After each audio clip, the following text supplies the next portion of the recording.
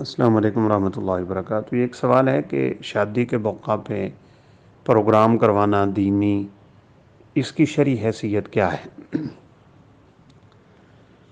دیکھیں، دین کی تعلیم کا کوئی بھی موقع انسان تلاش کر سکتا ہے، کوئی بھی جگہ، کوئی بھی موقع، کوئی بھی وقت اس کے لیے کچھ مخصوص ہے ہی نہیں۔ لوگ بعض دفعہ ان جلسوں کو کسی دوسری چیز کے ساتھ ملانا شروع ہو جاتے ہیں کہ جی عید میلاد النبی کا جلوس اگر منع ہے تو یہ جلسے کہاں سے نکل آئے، یہ تقریب بخاری کہاں سے نکل آئی، اور فلاں، یہ ساری چیزیں علم سیکھنے کے لیے ہوتی ہیں۔ اور رسول اللہ صلی اللہ علیہ وسلم تو زندگی بھر ہر جگہ پہ لوگوں کو دین سکھاتے رہے۔ آپ کا تو ایک دفعہ گزر ہو رہا تھا اروڑی کے پاس سے، وہاں بکری کا مرا ہوا بچہ پڑا تھا، آپ نے وہاں بھی لوگوں کو علم سکھا دیا۔ اس کے کان سے پکڑا اور کھڑا کر کے فرمایا کہ میں یشتری منی بدرہم، کوئی مجھ سے ایک درہم ایک دینار کا لے لے گا؟ لوگوں نے کہا نہیں۔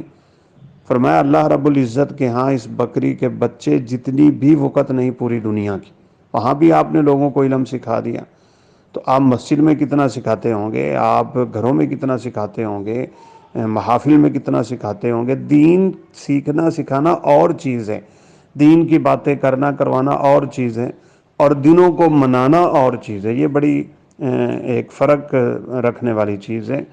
تو یہ بڑی خوش آئند بات ہے کہ ہم شادی کے موقع پہ دینی پروگرام کریں، وہاں جو اچھے عالم ہوں ان کو بلایا جائے، وہ مسائل بتائیں، نکاح کے مسائل، طلاق کے مسائل، گھریلو زندگی گزارنے کے شرعی اصول کیا ہیں، میاں بیوی کے ایک دوسرے پہ حقوق کیا ہیں، اور اس طرح کی چیزیں۔ تو اس سے تو بہت زیادہ فائدہ ہوتا ہے۔ جہاں لوگ نعوذ باللہ بری چیزوں میں مبتلا ہو جاتے ہیں، گانے بجانے اور رقص و سرور کی محفلیں، اور وہاں کنجریوں کو نچانا اور پتہ نہیں کیا کیا کرتے ہیں، وہاں اگر یہ کام کیا جائے یہ تو بہت ہی بہتر ہوگا، لوگوں کو دین سمجھ آئے گا۔